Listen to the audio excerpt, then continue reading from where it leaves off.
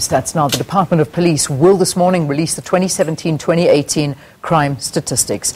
The police crime stats show us how reported crime levels increase or decrease over time.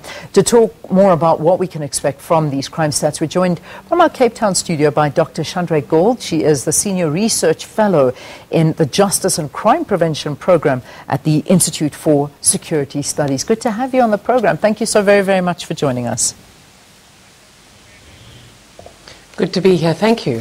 Okay, so we look at crime stats all the time that have been in the public domain. We talk about murders, we talk about kidnappings, hijackings, and in general, we do see them going up. However, there are some that are going down. Before we get into the nitty-gritty of the crime stats, let's talk about our stance on crime. Are we winning the battle against crime, or is it getting worse? Leanne, one thing is absolutely clear, and that is that although levels of violence, and in particular levels of murder, have come down since 1993, our transitional period when we were changing from an apartheid regime to a democracy, and when violence was at its absolute highest.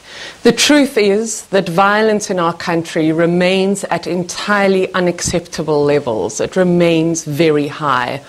Over the last 6 years in particular, the downward trend that we saw since 1993 has reversed, and we've seen an increase in murder. We don't know what the statistics will tell us this year, but whatever they tell us, we do know that violence levels are too high. We look at some of we've been asking a question on our Twitter account about whether or not South Africans actually agree with the crime stats and how accurate the crime stats are. And I have to say, of the tweets that I've been reading, a lot of people don't actually rely on these crime stats, feeling that they are not reliable, and also the fact that a lot of people just don't bother reporting crime anymore because nothing is done about it, and the justice system fails its citizens. What is your view on that? Certainly the National Victims of Crime Survey, which is a survey conducted by Statistics South Africa every year, gives us some indication about how South Africans are feeling about the police and the criminal justice system, and it also gives us an indication of the extent to which crime is reported. And the one thing we do know is that one of the crimes that is drastically underreported is theft. So, and this is interesting because there is a massive variation along racial lines. So while 30% of white South Africans don't report personal theft, 80% of black South Africans don't report having had something stolen from them. And I think that is an indication, on the one hand, of the extent to which there is value in reporting, because one can assume that many white people are insured. Yeah. And so there's a reason to report. And I think the fact that there are low levels of reportings indicates that there isn't a trust that anything will happen if you report a theft.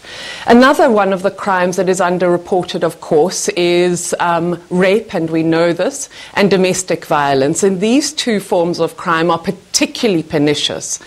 And we are going to be watching the statistics, particularly the statistics for rape, very carefully. We've seen in Parliament recently, when the police's unit that deals with family crimes reported to Parliament that there's an increase in femicide across the provinces in South Africa. This is very serious because we know that over 2,500 women were murdered when the police released the crime statistics last. And, I'm looking at a couple of reported incidences at some police stations around. There's a lovely article that's been written, I think it's in the Daily Maverick, but they break down a few of the hotspots when it comes to sexual offences. Just to give you an example, in Mitchell's Plain, they say at the police station in 2005, there were 542 sexual offences cases reported. Suddenly last year, that dropped to 192. The same in Khayelitsha, 269 in 2006, and then drop last year to 156. I find it very hard to believe that is accurate for an annual statistic of the amount of reports in an area where we read about this on a daily basis? Absolutely right, Leanne. The truth is that sexual offences are drastically underreported, and the fact that there has been a drop is deeply concerning. It does suggest that women are not reporting sexual offences to the police. Now, given the fact that about only 1 in 10 cases of reported rape ever result in a conviction, that's not particularly surprising. Women don't expect the criminal justice system to deliver justice in cases of sexual assault. Deeply disturbing and something that needs to be addressed. Yeah, there's a bit of a saying that goes, the crime statistics do not measure crime, they measure the reporting behavior of victims of crime.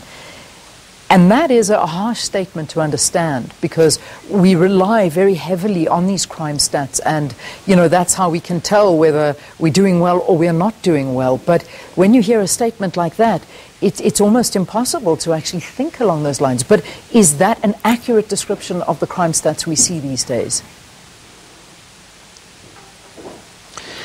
Yeah, and it's not about these days, really. Of course, reporting levels change over time, to some extent related to the trust that people have in the criminal justice system.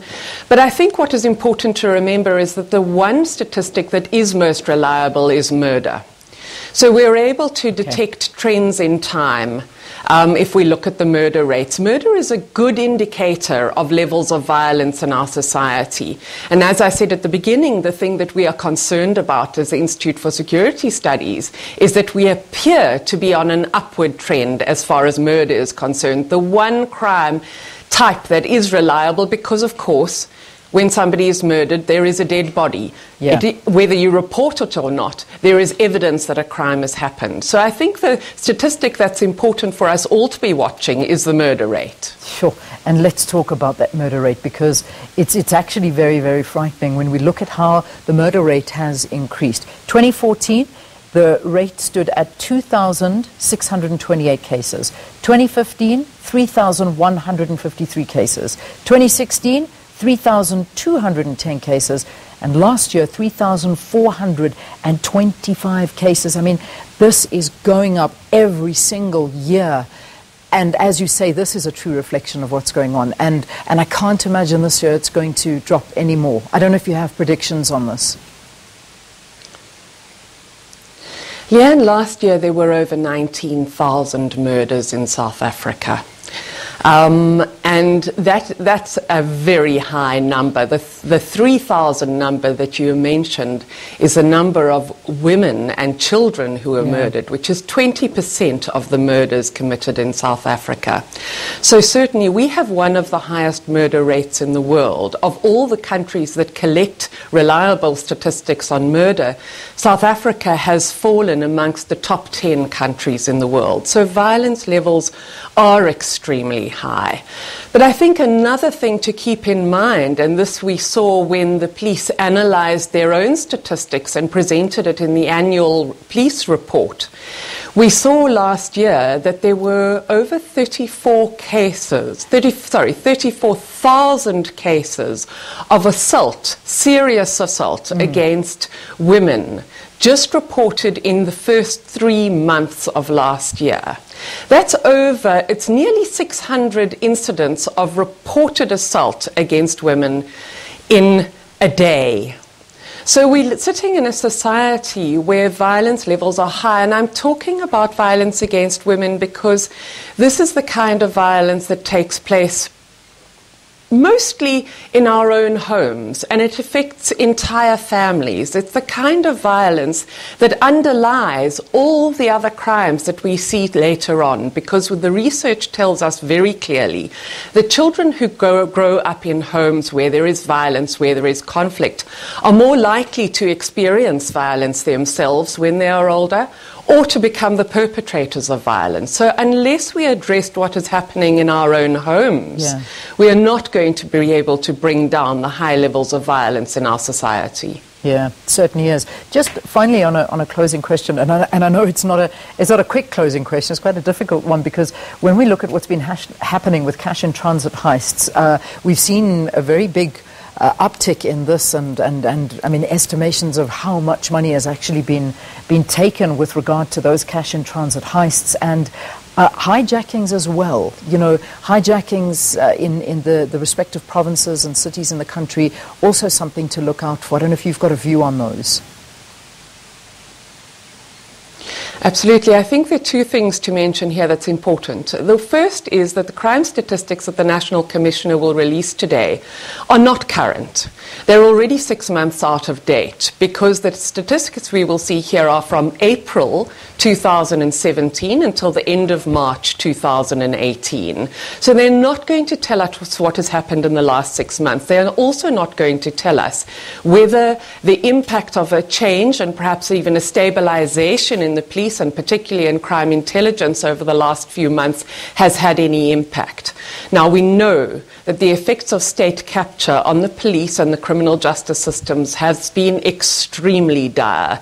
We saw an evisceration of crime intelligence, and we saw the hawks coming under fire. We really saw a destabilization of the leadership in the criminal justice system. So we can expect, I guess, that it's going to take some time before we see a reversal in those trends. Yeah. Okay, let's leave it there, and we'll wait until a little bit later on this morning when we see the official stats coming out. But as you say, a little bit of a delay on that one because we're sitting at the 6 months perhaps delay on it. Just a correction on my side. I was busy reading the Rape Crisis Cape Town stats. That's an organization in Cape Town. They were talking to us about the amount of cases that are reported to them from 2014 up to 2017, not the murder rate. So the murder rate, as you heard, was between 16,000 to 19,000 reported murders. That's how it's increasing on an annual basis. It's insane. But the rapes I was referring to, and the slow or fast increase when it comes to different centres around the country, and they are reported there as opposed to police stations. That's kind of the numbers I was giving. All right, thanks again to Dr. Chandre Gould, Senior Research Fellow in the Justice and Crime Prevention Programme. Do stay tuned after this.